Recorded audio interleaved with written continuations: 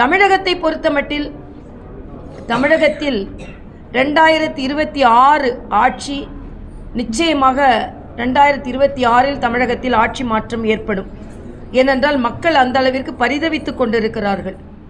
இன்றைய காலகட்டத்தில் எல்லாவற்றிலும் ஊழல் மலிந்திருக்கிறது. உதாரணத்திற்கு இப்போ தென்பெண்ணை ஆறில் இங்கே உள்ள நெடுஞ்சாலைத்துறை ஒரு பாலம் கட்டினார்கள். 54 கோடி ரூபாய் செலவில் நபார்ட் போன்றது கடன் வாங்கி கட்டப்பட்டது. ஆனால் செப்டம்பரில் திறந்து வைத்த பாலம் டிசம்பரில் அடித்து செல்லப்பட்டது.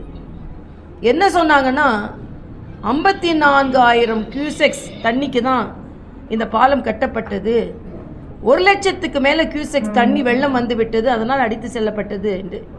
இன்று ஒரு பொதுநல அமைப்பு அதற்கான கணக்கை எடுத்திருக்கிறார்கள். என்ன என்றால் 1972 2 லட்சம் கியூசெக்ஸ் தண்ணி இந்த வெள்ளம் வந்திருக்கு. ஆக ஒரு பாலம் கட்டப்பட வேண்டும் என்றால் அந்த 100 ஆண்டுகளில் அதிகப்படியான வெள்ளம் எவ்வளவு வந்தது அதை கணக்கிட்டு தான் கட்டணும். அப்போ நீங்கள் நினைக்கிற அளவுக்கு தான் வெள்ளம் வராது. ஆக எந்த அளவிற்கு இங்கே தவறாக எல்லாம் முன்னிறுத்தப்படுகிறது, தவறாக ஊழல் நடக்கிறது, எந்த கட்டமைப்பும் ஊழல் இல்லாமல் நடைபெறவில்லை என்பதை இதையெல்லாம் வலியுறுத்துகிறது.